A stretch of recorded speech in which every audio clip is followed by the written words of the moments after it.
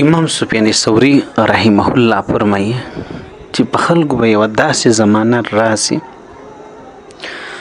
تمتلي قلوبهم في ذلك الزمان من حب دنیا. په دې ټیم او په دې وخت او په دې عصر او زمانه کې به د دې خلکو زړونه د دنیا د مینې او د محبت سره بریز او ډاکي.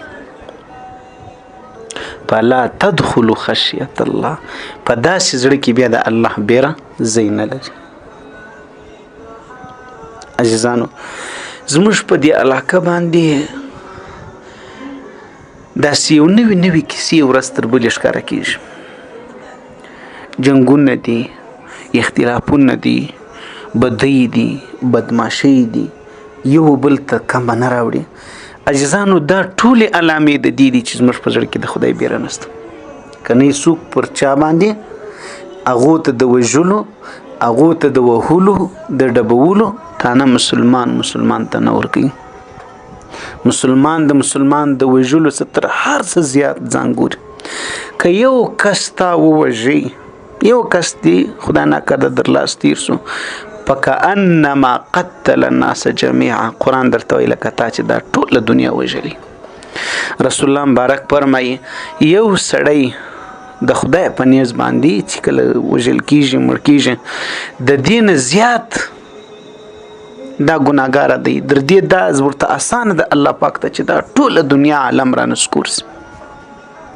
ناحقه د یو چا وژل، د کعبې شریف نړول به څنګه څوک لنګ ورباندې راواخي، اور ورته ورکړي، تاسو به په کفر او دغه په فسق او دغه په فساد او د خدای څخه په نه بیره کې شک وویني.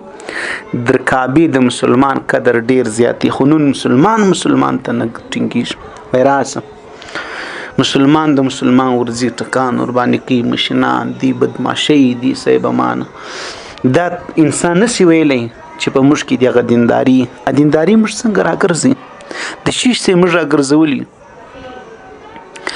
عزیزانو ډیر ځان مړول هم د انسان زړه سختي، ډیره خندا هم د انسان زړه سختي، ټوکې ټکالي، ډولونه، سروزونه، ګناوي د هم د انسان کلا بل ران علی قلوب ما كانوا یکسبون هم د انسان زړه سختي. لدی وجه زموږ زړونه اوس دومره سختي چې په موږ پسې د خیر خبره پوری کیږم چیرته نه. ای غوړ لوشي دی او یخي وبو ورمانې تویش بس تیری سول وی ارمان چې اخر اکل اول وای. لدی وجه خامخا لوشي ولرګي دي سره مشلی به دی چا به پر چا یا حق پاتې یا به نه پاته، یا به پرېښ سره باندې یا به نه بنده. خدا خلاصيږي د حکومت په ترو، دا خلاصيږي د مشرانو په ترو، دا خلاصيږي په وخت دی خلاص سي. په تلوار کې چپ د خیر د کار نور په دې معاملو کې د دنیا د کاروبار پر لیول لا انسان نقصان خوري.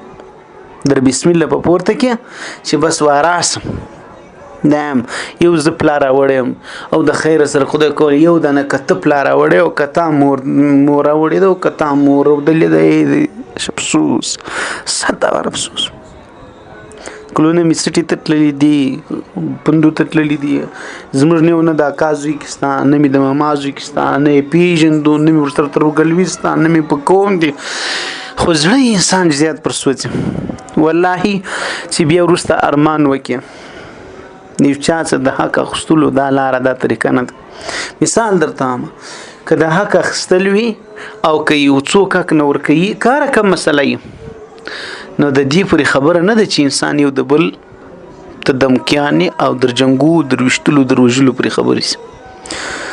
نو د خدای څه وبېرېږي دا یې مه کوئ چې دنیا هم خراب سي آخرت نه مختوري ولاړ سي. زړه مې در باندې سوځي، د دې وجې مې دا یو 5 خبرې در سره شیر کړې. کني اوس د پوکېدلو زمانه نه ده، د خدای عذابونه پر موږ راغلي دي په یو شکل نه دی. یو د لوږې مري، د یو په کور کې یو موټ وړنه پیدا کېږي، د یو په کور کې د ماښام په یو ګوله ډوډۍ پسیاریان دي. زما استاد شار سړی دی، زما استاد پښتون، زما استاد په قوم یا مسلمان، زما استاد مسلمانۍ اخوت ورور سره، زما استاد یو شار سړی دی. د لوږې مري ماښام بچان ور باندې جاړي، بل د مستی څخه پر لارې سم نسیتلی. خالی له سوچ فکر وکړي.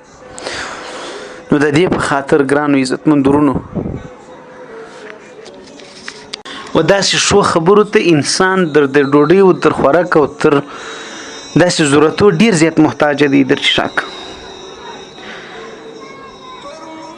او که چیرته انسان بیا د دنیا محبت پر سر باندې واخلي د هغه سړي څه بیا د آخرت بیره د آخرت حساب کتاب د خدای حضور د هر څه ځینې وځي د دې سره بیا د څه کار نشته.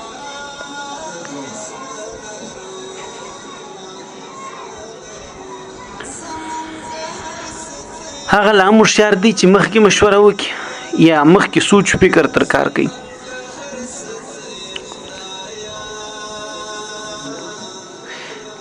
که سړی نه مخکې سوچ کوي نه مشوره کوي نه انجام ته پام فکر کوي د هغو به د فایدې پر ځای نقصان ډیر زیات وي.